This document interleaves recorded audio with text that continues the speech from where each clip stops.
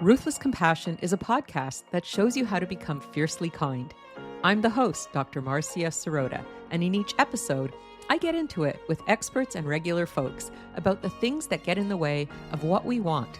Things like addiction and mental health, isolation and loneliness, difficult family and work relationships, and the importance of self-care. I want to help you overcome the obstacles to living your best life, and I want to inspire you to become a powerful kindness warrior. Nicolas Cole is a writer and columnist for Inc. magazine and top writer on Quora. His work has been published in Time, Forbes, Fortune, Entrepreneur, The Huffington Post, Business Insider, and more. He is best known for writing true stories about personal development. Welcome, Nicolas Cole, to the Ruthless Compassion Podcast. Welcome, Nicolas Cole, to the Ruthless Compassion Podcast. Thanks for having me.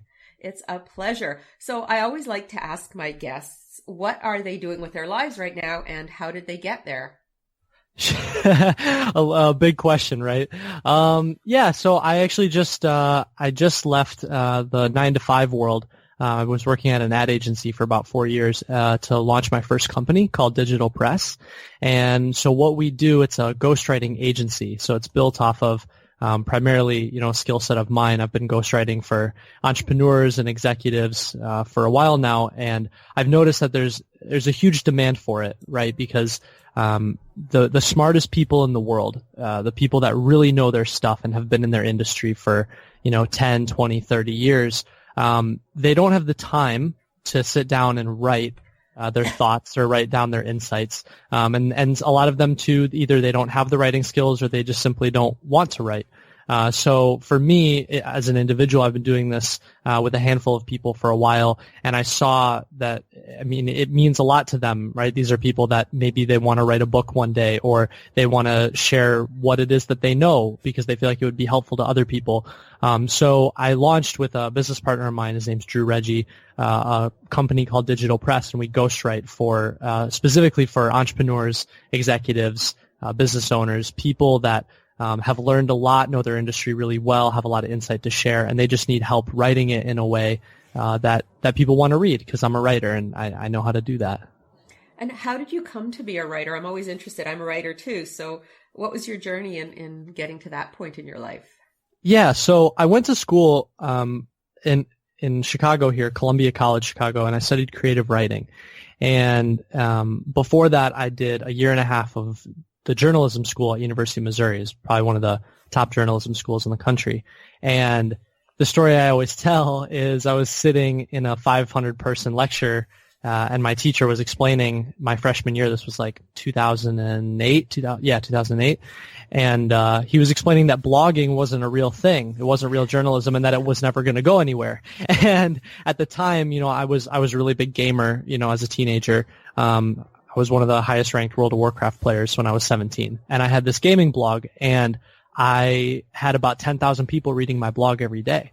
And so when I heard my teacher explaining that blogging was never going to be a thing, I was sitting here like a child of the internet, like I grew up on the internet, and I saw where it was going, and I knew that blogging was going to be huge, and I saw enough value in it to where I would finish competing at 2 a.m, competing against like these other top gamers, and then I would stay up an extra hour just so I could write another blog, because I saw that there was power in influence, and so I did a year and a half at University of Missouri, realized that wasn't really the right fit for me, and then moved over to the creative writing department here at Columbia College in Chicago.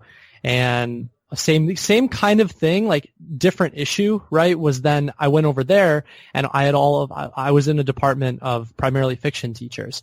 And so all of them were kind of like, I don't know, I don't really say that I learned how to write there. I say I learned how to read, and I learned how to read my work out loud. Those were the two biggest skill sets that I took away from there. And all of my teachers kind of in this, whether they said it overtly or their undertone, they kind of explained like, as a writer, get ready to be poor for your whole life. Like writing is dying, basically. And I saw it very differently. I didn't see it like writing was dying. I saw it like it's just changing. It's going digital. It's taking on new forms. And so basically, it was funny. Like I went to graduate and all my teachers were like, if you want to get published, print your work off, put it in an envelope, address it to a publishing company, send it there, wait 6 weeks for a response. And I'm sitting there like, I don't even own a printer. What do you mean you want me to print my work off and put it in the mail? Like I'm a child of the internet. Like that just didn't make sense to me. So, shortly after graduating, I started writing on this website called Quora. Do you know what Quora is? Yes, absolutely. Yeah, so that was like right off the bat, as I started to just read it because I was interested, I realized that there were some really, really good writers on that platform. And I noticed that the best writers on Quora basically treated every question like a writing prompt. So where some people would just see a question and write 2 or 3 answers, like there, I answered the question and I'm done. Here, these really talented writers would take to that question as almost like a challenge. It's like, all right, how can I answer this question in a very creative way? How can I paint a scene? How can I put you as a reader in the moment where I learned the lesson that I'm then ultimately answering this question with? And so I dove into that immediately, seeing that as a huge opportunity for me as a writer, not just to build an audience, but to practice in public. That's something that I preach a lot, is if you want to get good at whatever it is that you love or you want to do, you have to do it in front of people. You have to do it in front of an audience because it's just going to give you feedback. It's going to help you grow a lot faster.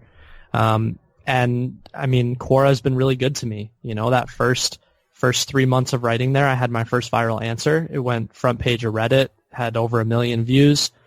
Shortly after that, I started getting answers picked up in major publications because a lot of people don't know that Quora syndicates with a lot of these big pubs. So they'll actually kind of crawl all the people writing on Quora. They'll look at all the best content and then they'll take it and pitch it to all these publications that they have relationships with.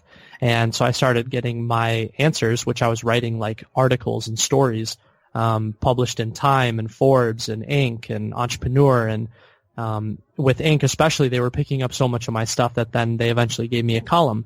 And so it just kind of was like this just ladder, like this constant, I just stayed focused on the one thing that mattered, and that was to write.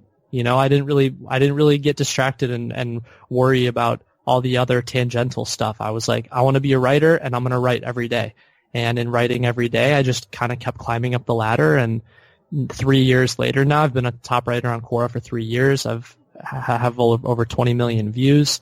I've had work published in pretty much every major publication. I mean, but it all comes back to that, that fundamental habit. You do what you love. You write every single day. And now I've taken that to a step further and now have this company, Digital Press, that basically anyone who sees the value in all of that, like if you see the value in sharing what you know in written content, and you see the value in having an audience, and you see the value in your own PR, where instead of getting someone to write about you, it's actually you as an author writing that. That's what we do for people. It's really interesting. There's something that I was thinking about when you were talking, which is how you really bucked the trends that were going on in the writing world, at least. Maybe you were very much with the online trends, but for a writer, you were definitely doing things differently. What do you think it was about you that made it so that you were that kind of a rebel, I suppose? Well, I think anybody that's known me long enough would be like, yeah, I've been that way since I was a kid, but I think it's the gamer in me, really. Like, I see things differently. I don't see it so much as like, this is what you're supposed to do, or this is the status quo. Like I was a competitive gamer, like I spent 4 years, like all of high school, immersed in gaming. And in order to succeed in gaming, you have to, it's all strategic. You're always looking for what's a way that I can get an advantage on someone else. And one of the ways that I learned very early on is like where everybody is looking is not where the answer is. So like if everybody's talking about something, like you should know, like sure, be aware of it, but you shouldn't look there because that's where everybody else is looking. Like you need to look in all the other places that they're not looking and they're forgetting about. And like Quora is a perfect example of that. You talk about social media and people, even bloggers, it's like, oh, I'm a blogger, so I'm going to go create a Facebook page and an Instagram profile and a Twitter profile. And like, as a blogger and a writer, you're already starting on the wrong foot. Like I've been blogging since I was a teenager, and in my opinion and everything that I've learned, you should be writing in social environments. You should be writing on the Mediums and the Quoras and the LinkedIns, and Quora is a great example. Like, it's such an undervalued asset. Quora gets over 200 million page views a month, and people, like, it's almost like when you talk about social platforms, it's not even up there yet. I know that it will. So I think for me, it's like that gaming mentality. You always want to look where no one else is, and you can call it growth hacking. Like, now I go on podcasts. Like, I think you had heard me originally on Entrepreneur on Fire, right? And like, I'll go on these podcasts and people will be like, "Oh, Cole, you're a marketer. You're a digital strategist. You're a growth hacker." And like, I guess all those things are true, but really I'm just a writer that is paying really close attention to like where my writing is actually going to get seen and heard, where I can get the best bang for my buck. I like that. And I wonder if you have another business in you in helping people look where everyone else isn't looking. Oh, I do a fair amount of consulting already. So that's, I mean, that I think is part of it, but it's so hard, right? And I'm sure you'll understand when I say this, like, the great thing about consulting and helping people is, you're right, I can share a lot of what I've learned in the trenches. You know, things that took me 4 years to learn through trial and error, I can pass along to someone else and they'll see the same results in a month or 3 months. Like, there's a lot of value in that. But at the same time, a lot of cases, you can give people all the answers, but unless they have the fundamental habit of, I'm going to do what I need to do on a daily basis, it doesn't matter. I could give you the best deck in the entire world with all of the answers. I could give you the whole roadmap.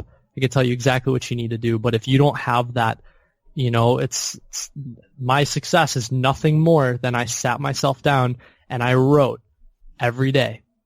You know, like, if you don't have that, one of those fundamental habits, whether you're making videos, whether you're a photographer, whether you have a podcast, right?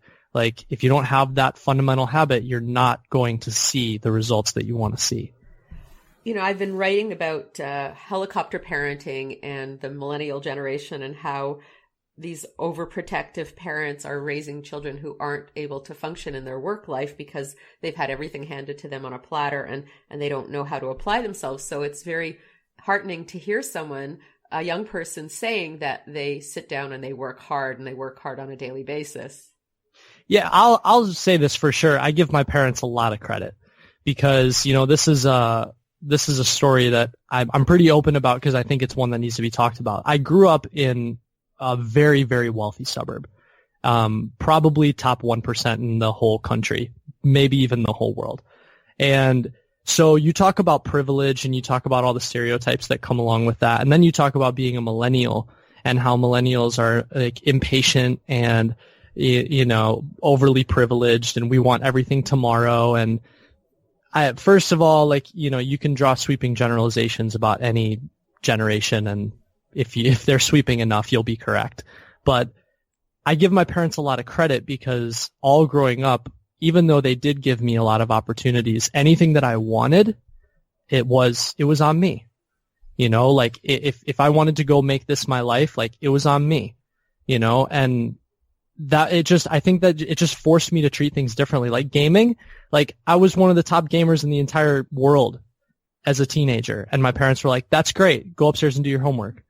You know, like, it just, and of course you don't like it at the time, but you look back and if I wanted it that bad, I had to do it myself.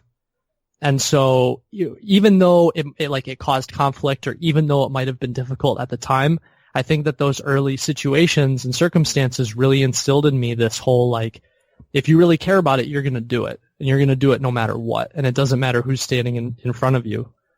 I commend your parents, I have to say. It's very inspiring to hear about parents like that. When I keep getting feedback about my blog posts about helicopter parenting, and people are saying a lot of the opposite. So it's very refreshing and inspiring to hear about parents who really instilled those wonderful values in a child, and to see how they have benefited you in your life.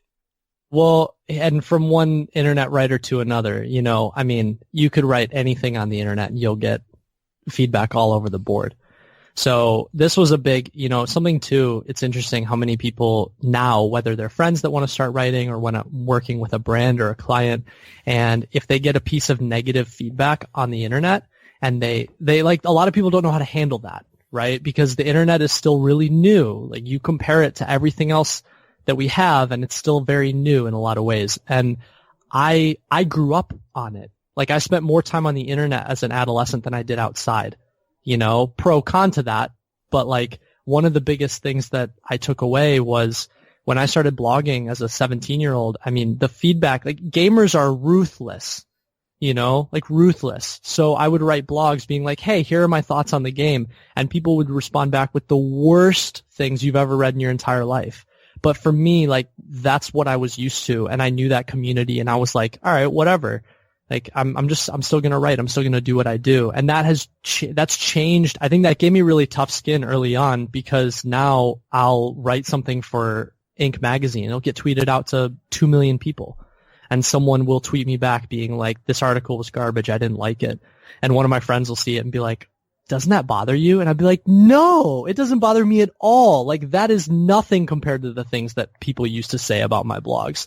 Like, I think I always like to remind people, if they took the time to comment and respond, that's engagement. Doesn't matter if it's good, bad, they took the time to read it, That's all you can ask for.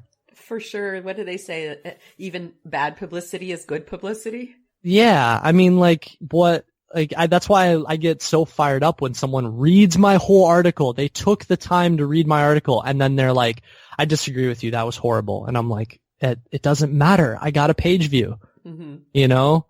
For sure. Your journey sounds very fascinating. And obviously there must have been some roadblocks, some obstacles along the way. Could you share about those perhaps? Yeah, I mean, all over the board, right? Because I've played in a lot of different industries, and each one has its own specific challenges. But I think over the course of all of it, and kind of at the core of what I do, which is write. I'm a writer. And I think the biggest challenge up till this point, and continuing, it kind of never ends, is just always asking yourself where the writing's coming from. Is why are you writing what you're writing? And my measure has always been, how honest am I being with myself? And it's different. Writing for Inc. is a little bit different than what I write for Quora, is a little bit different than what I write as a guest blogger, is different from what I write on my own blog or a book or anything. They're all very different, and they all have different voices, and they all have different intentions. And, even when I was writing, I just published my first book called Confessions of a Teenage Gamer about 8 months ago. And it was a memoir. It was about my years as a gamer growing up. And that, that was the hardest thing that I've written and that I've done so far, because I really had to ask myself where it was all coming from, and I wrote and rewrote that whole book front to back, like multiple times. And in many ways, it's like that same experience happens on a very condensed level, even when I'm writing individual articles or a short story or a Quora answer. One of my favorite quotes is, a novel is only as good as the novelist who knows himself. And I think that's kind of at the core of everything, is the piece is only as good as how honest you're willing to be. And sometimes that honesty is okay and it's good, and sometimes that honesty doesn't go over so well. And that is the challenge of being a writer. And it's interesting how, all along the way, even teachers, or people that would read my writing, I think they got very scared. I think they always wondered, like, ooh, can you say that? Or like, should you put that out there? And I realized that that's how most people feel about their writing. Even like a big reason why I ghost for people isn't even because they're incapable of writing or they don't even have the time to write. It's like that inner block where they're like, I want to say these things, but I'm just not sure. And when they have someone else working on it with them, they feel a lot more confident about what they're saying and even who they are. And that's awesome. If I can play that nurturing role for someone else, I love that. But as an individual, like, I try and surround myself with people that can help me do that, but a lot of it is just me. A lot of it is just sitting down at your desk and being honest with yourself and going, okay, what do I really want to say here? And where emotionally is it coming from? It reminds me of my ruthless compassion philosophy, which is about being very honest with yourself, but with that loving kindness. So it enables you to see the truth about yourself without beating yourself up, and then just keep using what you know to grow. Yep, completely.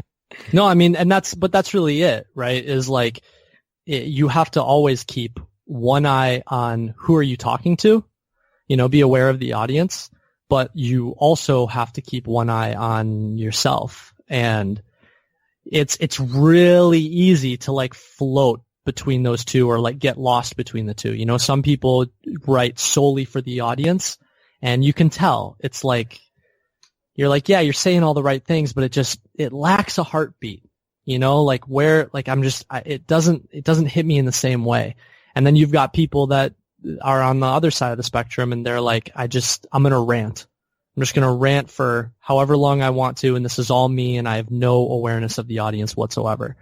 And as a writer, or as anybody that wants to speak or share their voice with the world, you have to fluctuate between those two extremes until you find that balance in the middle where you go, all right, I'm aware of who's sitting in the audience, but I'm also knowing the level and my own threshold for when I know I'm really being honest with myself. And if you don't feel scared when you're sharing who you are, if you don't feel vulnerable, you're doing something wrong. Absolutely. And it sounds like there's two thoughts that I had while you were speaking. One is that you really value authenticity, and the other is that you really value connecting with your audience. Can you speak to those two points?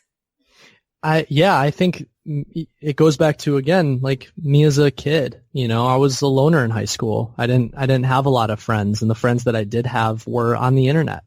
They were the kids that I went home and played World of Warcraft with after school. And I think with that sort of experience, it was very interesting, because when you're playing online games, all you really have is text, right? You're typing to another person. You only have text and you only have voice. Like sometimes we would use voice programs like Skype and things like that. So you could hear the other person, or you could read what they were typing you. And I think that made me, especially during those really formative years, that made me very sensitive to language and what is being insinuated through just a few words that someone's typing to you, but also sound. It made me pay really close attention to the emotions that people were sharing through their voice. Like I'm talking about friends that I knew for 4 years that I still keep in touch with today, and we knew everything about each other. We were like as close as friends could get, and it's not like we were seeing each other. The only things that we had to go on were tone and speech pattern. And I think that that combination is something that I hold really close, not just in writing, but even just with people. Like a lot of what I do is on the internet still. Like a decade later, I'm still spending however many hours in front of my computer because I'm writing online and my clients are online and I'm working with people online, and I do value those connections, but I value the authenticity. And when you're a teenager, you have to learn pretty quick. Like, is this a cool person that I should be talking to on the internet, or aren't they? And I value those friendships, and I value people that are just genuinely good people. And you can tell. You get on the phone with somebody, or you start talking to someone, and you can tell if they're real or not.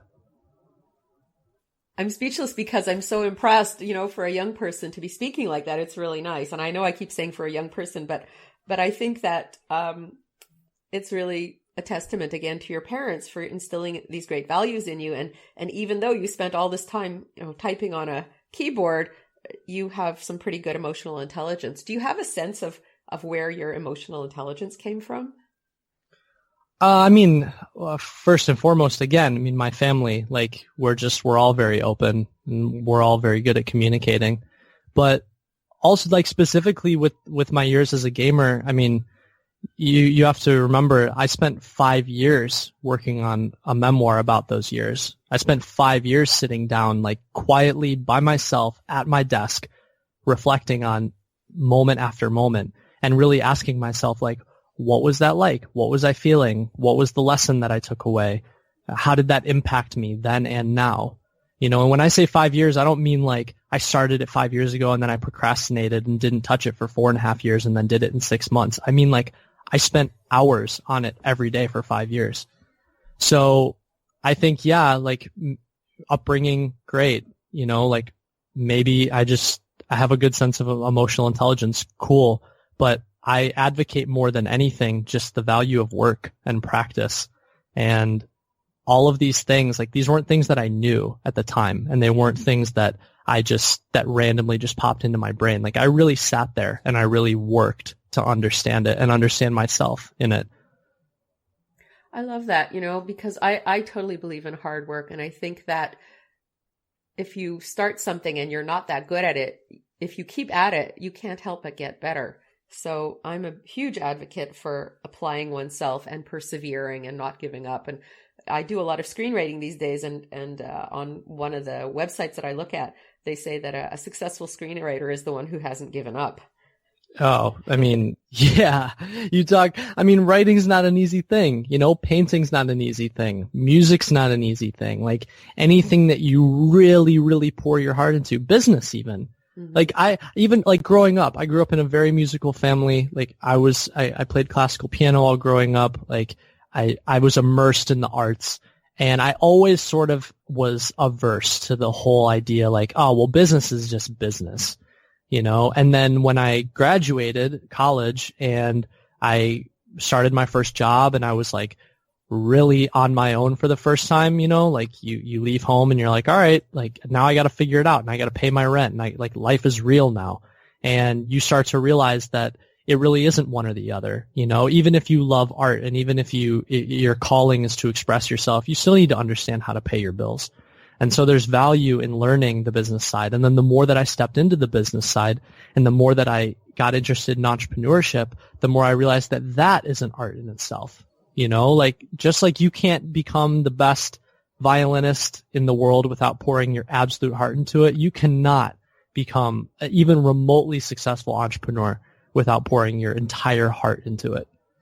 And I think a lot of people, I forgot that. I didn't even know that growing up, and I feel like those two worlds are so separate. It's like you're either an artist or you're like on the business side. You're either creative or you're not. And I live at the intersection, and that's what I like to preach is just, it's both. It's like, express yourself, but, like, get it done, And I'm meeting a lot more people like you doing these podcasts, people who are creatives, but who are creatives in their entrepreneurship. And that's a very exciting kind of new thing to encounter. I think it's because now our society demands it. The whole American dream where it was like, pick your one major, do your one thing, graduate from the one good school, get your one good job, climb up the one ladder, and then have your one house. Like, it doesn't work that way anymore. And people know that. And now the ideal person to hire isn't someone that's just one-dimensional and really good at one thing. The ideal person is a combination, and the best entrepreneurs are a combination, and the best artists are a combination.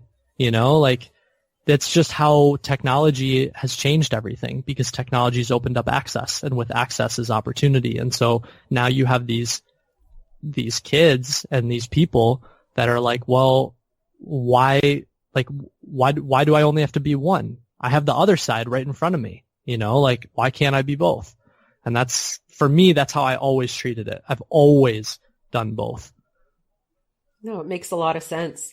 So just while we're wrapping up, I was just wondering, is there anything that you're working on right now that you'd like to share with the listeners? Well, I won't lie. Building digital press has been a full-time job in itself. But lately too, after I put out my first book, I spent so much time on that it kind of, releasing it opened up a lot of space for me, so I've been sitting here, trying to find the pulse on the next big project. So I've been trying a lot of really different things on Quora, a lot of really different things with my column on Inc.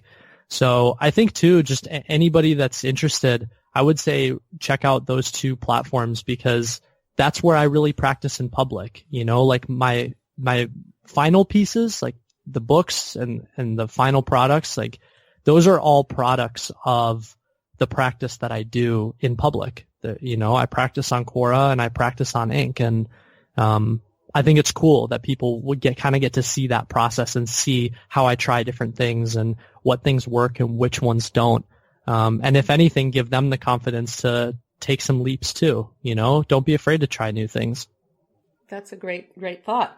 And where can people find you if they're looking for you today? The best place would be my website, www.nicolascole.com. And then all my social links are Nicolas Cole 77. And I'm really responsive. Like I love, if anyone sends me an email, I always respond back. I encourage people to comment and ask questions on social. Like my whole thing is I had to learn a lot of these lessons on my own. I did go the other road and I had to be in the trenches and learn a lot of things the hard way. So I like to make that easier for other people. So if anybody has questions or even just wants to bounce ideas, I'm always open to it. That's wonderful. And for a call to action for our listeners today, what would you like to share? Man, just go read. Like my whole dream was I just wanted people to read my writing. So I really encourage, like every week I do a roundup of all the things that I wrote in all the different places. I post it on my blog. Just check it out, and tell me what things that you liked and which things you didn't. And I won't be offended. I like feedback and I like growing. That's fantastic, Nicolas. Well, it's really been a pleasure talking to you today, and I wish you all the best. Thank you. Thank you for having me. That was the inspiring Nicolas Cole, and I'm Dr. Marcia Sirota. If you like this podcast, please subscribe and review it on iTunes. You can also sponsor me on Patreon at patreon.com/Dr. Marcia Sirota. And please sign up for my free monthly wellness newsletter at marciasirotamd.com. My new book, Be Kind, Not Nice, How to Stop People Pleasing, Build Your Confidence, and Discover Your Authentic Self, is now available